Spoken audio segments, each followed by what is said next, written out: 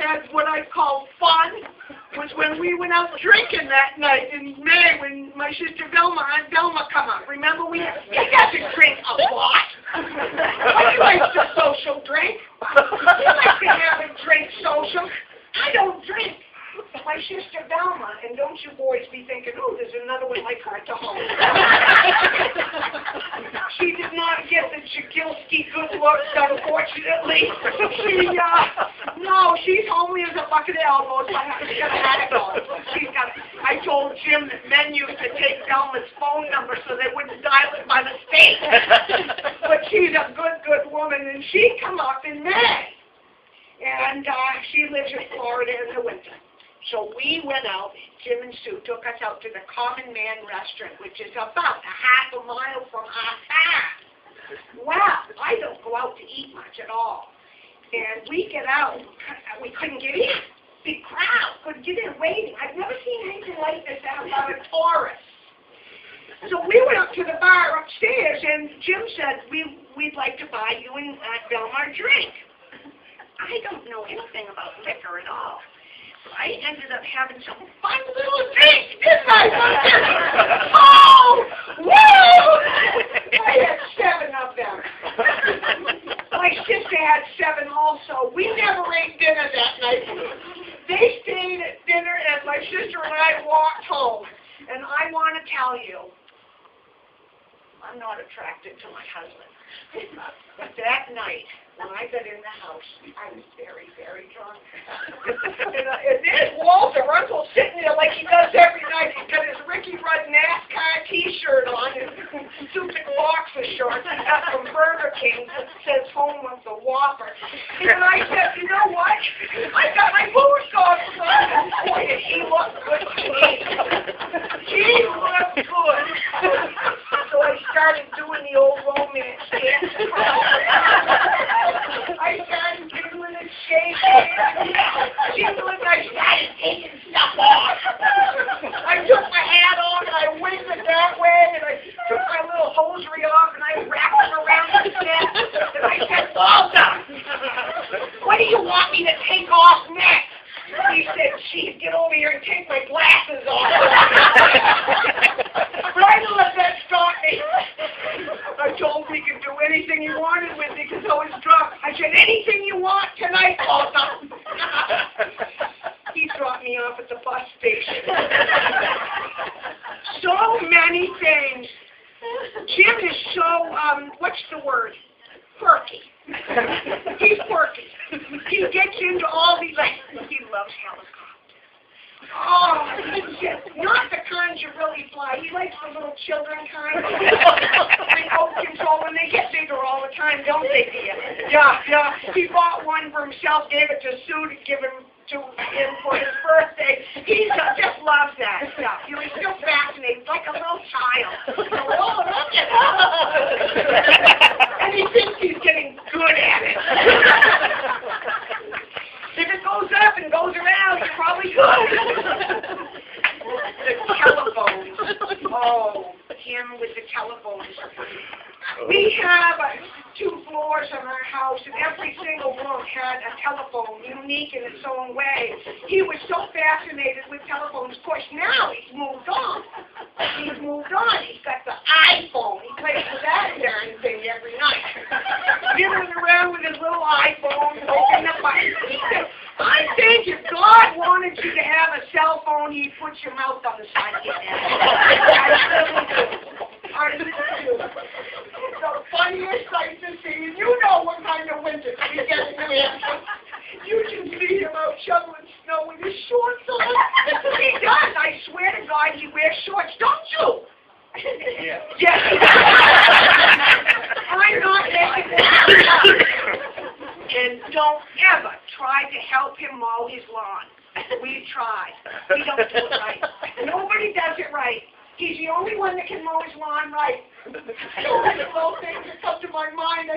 I got down here today and I thought, what am I going to say to these folks? They probably know him pretty well, but he is kind of strange. Loves his little kitty. Is it Kibba? Tiva, yeah, I never know how to pronounce the fancy names. I love this little kitty. Scared to death of snakes. Oh, he's mowing his lawn and there's a snake. Someone's got to rescue him because he's like a little girl with I think the cutest thing I can tell you about my boy is ever since he came to this country, I've called him my little cowboy. And I went up in the attic, and guess what I found for you? This is his first little cowboy outfit. This is his cowboy vest. And this, it's still new right out of the box. This is his little cowboy vest. This is going to yank the heart right out of you. I didn't know we said, Jerry Garcia's dead, you're all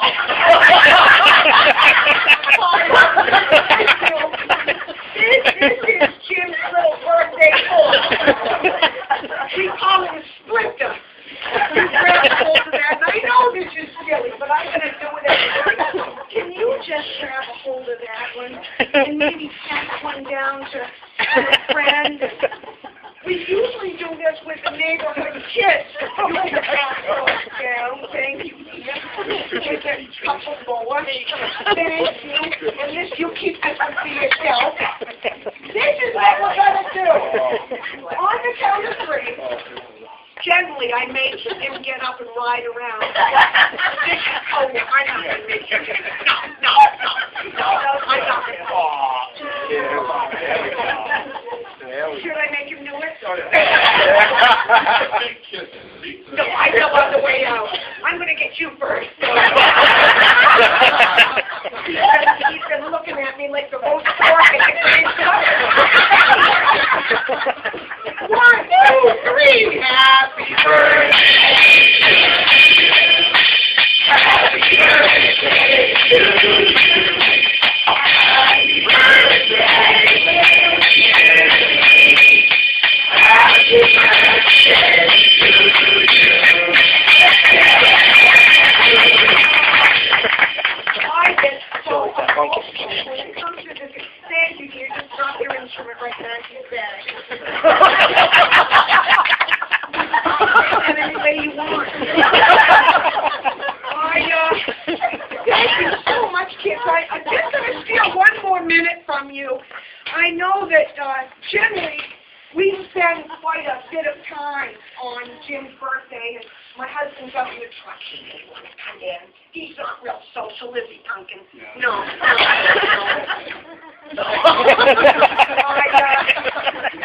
I hurt my back about 2 weeks ago, and I can't stand up or sit down. I have to be, pretty much horizontal most of the day. It's a disc of some sort. Stupidest thing I ever did. Speaking of horses. I wanted to go horseback. So Jim knows about this, but I got a couple of my bingo pals to go and find me a horse they thought I could handle. Wow, we found a nice tame horse. And, of course, mounting the beast, I guess, is the hardest part. Well, I had no problem. I'm pretty agile. And they give you a little set of reins. Well, the minute my back end hit the saddle, mister, that son of a gun took off. And I mean hell-bent for electric. Don't ever wear polyester on a saddle. I was this way, I was that way. Well, I got pretty well cranked over the side. You could have heard the pop in my back. It hurt so bad, I let go of the reins to grab at the pain. That's when Thelma and Louise hit me in the chin. Knocked my glasses off that way. Knocked my dentures off that way. And I'll tell you kids, I finally had to yell at the fella at Walmart to come out and unplug the damn thing. I thought I was going to kill myself. So on that note, I'm going to say to you, you have been such a good sport, Mikey. Jimmy. Well, when he was a kid, he always called himself Mikey. But he only spoke Vietnamese, and he really didn't start talking that till. How old were you? Talking English. 3. Yep. Any name that he was. You've been such a good sport, and I love you to death, and you come up to the front. firm. I think we should give him a hand.